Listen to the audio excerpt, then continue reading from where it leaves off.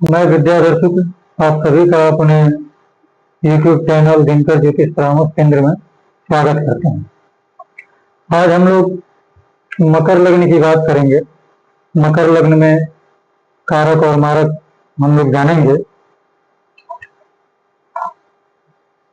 क्योंकि अब सभी लोग जानते हैं कि जब तक हम कारक और मारक के बारे में नहीं जानेंगे तब तक हम यह निश्चित नहीं कर पाएंगे कि आखिर में हमें किसी कुंडली को देखते समय किस ग्रह का हमको जप करना है, किस ग्रह का उपाय करना है। तो इसलिए यह जानना बहुत जरूरी है कि कारक और मारक को कैसे हम जानें। बाकी अब तक तो हमने धनु लग्न तक बना ही दिया है, आज मकर पे हम कर रहे हैं और दो रह जाएंगे, कुंभ और मीन का, उस पर भी हम लोग जल्दी ही बना लेंगे। तो हम लोग बिना देरी किए वीडियो को शुरू करते हैं।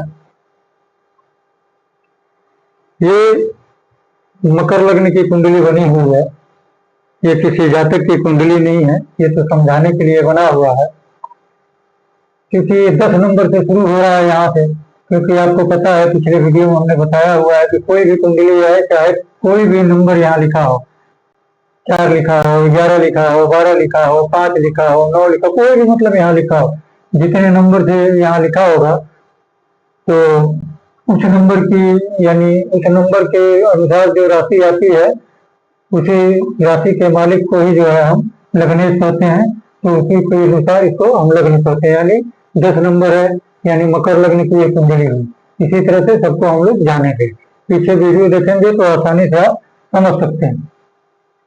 तो इसमें हम योग कारक और मारक देखेंगे। तो 10 नंबर की कुंडली है, तो इसके मालिक हुए शनि, यानी लग्नेश शनि हुए।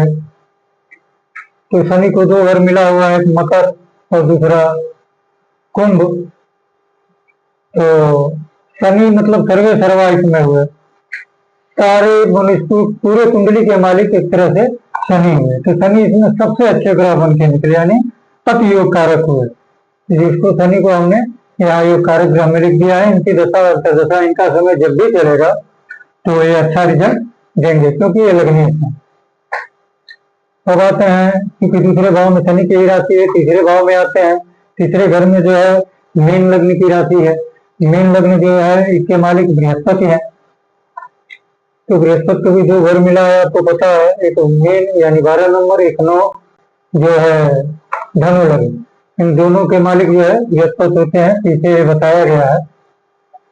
तो क्योंकि शनि के बृहस्पति शत्रु भी हैं और इनको कुल मिला के दोनों घर अच्छा नहीं मिला हुआ है, इसलिए जो है बृहस्पति इसमें मारक हुए, यानी अपने समय में ये अच्छा रिजल्ट नहीं देंगे। अब आते हैं चौथे घर में। चौथे भाव में जो है मेष राशि है, यानी चौथे घर में मेष राशि है। मेष राशि के मालिक मंगल, इनको भी 2 राशियां मिली हुई है, आप लोगों को पता है, 1 और 8, यानी मेष और वृश्चिक, इन दोनों के मालिक मंगल है। मंगल क्योंकि हम लोग इनको शत्रु बताते हैं, लेकिन आगे जब हम लोग बात करेंगे तो थोड़ा सा और क्लियर होगा, क्योंकि ये तो शनि और मंगल सम में आते हैं। शत्रुता तो है इनकी, क्योंकि जब हम लोग कुंडली मिलान वगैरह भी करते हैं, गुण वगैरह भी देखते हैं, तो इनके जो है गुण में आधा गुण मिल जाता है। तो खैर छोड़िए, तो इनको शत्रु को जरूर मानते हैं, लेकिन यह केंद्र का भाव है। केंद्र के भाव में जो है मंगल की एक राशि है और दूसरा जो है आय भाव में। तो यहाँ मंगल जो है ठीक रिजल्ट देंगे, लेकिन फिर भी हमने इनको जैसे सम में लिखा हुआ है, ना बहुत अधिक अच्छे रिजल्ट देंगे ना बहुत बुरे रिजल्ट देंगे, मिला जुला इनका प्रभाव रहेगा, इसलिए हमने इनको सम में रख दिया है। जबकि इनको योग कारक में रख सकते हैं, लेकिन फिर भी हमने सम में रखा हुआ है। इसमें कंफ्यूजन नहीं होना चाहिए। सम का मतलब योग कारक भी है, जैसे अब जब आगे बात करेंगे हम लोग, थोड़ा जब ग्रहों को बैठाएंगे तब ये बात आपको स्पष्ट हो जाएगी। क्योंकि चंद्र में मंगल की राशि होना अच्छा रिजल्ट है, वो भी मूल त्रिकोण उनकी राशि है, और यदि यहीं खुद मंगल भी बैठ जाए तो पंच महापुरुष योगों में से एक योग भी बना देते हैं। तो ये आगे की बात होगी, तो इसको हम लोग ऐसे समझ लेते हैं। तो इनको हमने सम में रख लिया, एक तरह से मानिए कि अच्छा रिजल्ट देंगे। अब आते हैं 9वें भाव में। सॉरी 5वें भाव में। तो 5वें भाव में जो है यानी 5वें घर में वृक्ष राशि है, वृक्ष राशि के मालिक शुक्र है, इनको भी जो घर मिला हुआ है, एक 5 नंबर में है और एक यहाँ 10वें में, यानी इनको दोनों घर बहुत अच्छा मिला हुआ है, यानी अच्छे रिजल्ट देने के लिए बाध्य है। ऊपर से शनि के दोस्त में है, इसलिए शुक्र भी जो है इसमें बहुत अच्छे ग्रह हुए, यानी योग कारक हुए, अच्छा रिजल्ट देंगे। अब आते हैं 6वें घर में। 6वें घर में मिथुन राशि है, 3 नंबर की राशि है। 3 का मतलब मिथुन, आप लोग समझ ही रहे होंगे, जैसे पहला मेष मतलब मेष राशि, दूसरा मतलब वृक्ष राशि, तीसरा माने मिथुन राशि।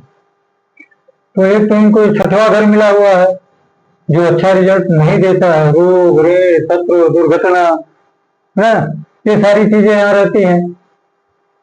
और दूसरा जो है इनको 9वां भाव मिला है जो त्रिकोण का भाव है, ये अच्छा रिजल्ट मतलब, क्योंकि 9वें भाव में एक घर होने के नाते इनको जो है अच्छा रिजल्ट देना है, तो इसलिए ये भी योग कारक हुए। आगे जब हम लोग कुंडलियों का विश्लेषण करेंगे तो हम लोग मूल त्रिकोण की बात करके बताएंगे, तो उसमें क्या होता है कि आगे बताएंगे कि मूल त्रिकोण में जो ग्रह मूल त्रिकोण का होता है, तो यानी मूल त्रिकोण की जो राशि उनकी होती है, तो उस राशि का रिजल्ट सबसे ज्यादा आता है। मतलब मूल त्रिकोण की राशि के लगभग 80% रिजल्ट वो वहां का देते हैं, बाकी 20% का रिजल्ट वो अन्य जगह का देते हैं। जैसे मान लीजिए यहाँ है तो यहाँ से 80% रिजल्ट मिलेगा, 20% यहाँ का रिजल्ट रहेगा, लेकिन अभी इसको आप लोगों को नहीं देखना है, आगे हम लोग जब उसकी बात करेंगे तो होगा। तो क्योंकि एक राशि त्रिकोण में है, अच्छा रिजल्ट इनको देना है, शनि के मित्र भी होते हैं, इसलिए जो है बुद्धि भी योग कारक हुए उसमें। अब आते हैं 7वें घर में। अब 7वें घर में जो है कर्क राशि है, कर्क राशि के मालिक चंद्रमा हुए, शनि की चंद्रमा से मित्रता भी नहीं है। थ्योरी के अनुसार अष्टम द्वादश थ्योरी होती है, जिसके अकॉर्डिंग जो है दूसरा घर और 7वां घर जो है मारक होता है, तो शत्रु भी है और यह स्थान मारक भी होता है, इसलिए चंद्रमा जो है इसमें मारक ग्रह हुए, अपने समय में अच्छा रिजल्ट नहीं देंगे। अब आते हैं 8वें भाव में, यहाँ सिंह राशि है, सिंह राशि के मालिक सूर्य हैं, चंद्रमा और सूर्य इनको एक ही घर मिला हुआ है, मतलब कर्क और सिंह को मात्र एक ही घर मिला हुआ है, इसलिए सूर्य भी जो है यहाँ मारक हुए, ये भी अच्छा रिजल्ट नहीं देंगे। 6 की बात हो गई है, 7 की हो गई, 8 की, 9 की हो गई। 9 की इसलिए होगी कि 9 और 12 के मालिक एक ही है, 2 और 7 के मालिक एक ही है, 3 और 6 के मालिक एक ही है, जो हमने बता दिया। और इष्ट देव हम बराबर आप लोगों को बताते हैं कि चाहे कुंडली किसी की कोई भी हो, हमेशा इष्ट देव जो है पंचम भाव से देखते हैं, क्योंकि पंचम भाव से ही हम पूर्व जन्म के बारे में भी देखते हैं, पूर्व जन्म से क्या हमको दोष मिला, क्या शाप लगा, इन सब चीजों के बारे में भी हम यहीं से देखते हैं। तो इष्ट देव भी हमारे यहीं से देखे जाते हैं। पंचम भाव में जो भी राशि है उसके अनुसार ही इष्ट देव होते हैं। यहाँ वृक्ष राशि है, शुक्र देव हुए, यानी आपके इष्ट देव शुक्र देव हुए, तो शुक्र देव का मतलब धन के कारक होते हैं, स्त्री कारक भी है, इसलिए माता लक्ष्मी जो है आपकी इष्ट देवी है। जिनकी भी इस तरह की इस लग्न की कुंडली होगी, यानी मकर लग्न की कुंडली होगी, उनके इष्ट देव लक्ष्मी माता होंगी। ठीक है, तो इस प्रकार से हम ग्रहों के कारक मारक मतलब कारक कारक मतलब योग कारक और मारक ग्रहों को जो है हम इस प्रकार से जानते हैं, और इसको जान लेने से हम बहुत अच्छी ढंग से जान जाते हैं कि जब भी हम कुंडली देख रहे हैं समस्या क्या आ रही है, कैसे आ रही है, तो उसको सॉल्व करने में यानी उनका पूजा पाठ करने में असली हम लोगों को आसानी हो जाती है। क्यों कि इससे पता चल जाता है कि सही कारण क्या है, सही रीजन क्या है, और जब सही रीजन सही कारण पता चल जाए तो कोई भी निदान बहुत आसानी से हो जाता है और अगले को उसका लाभ मिलता है। तो आज के लिए इतना ही, धन्यवाद।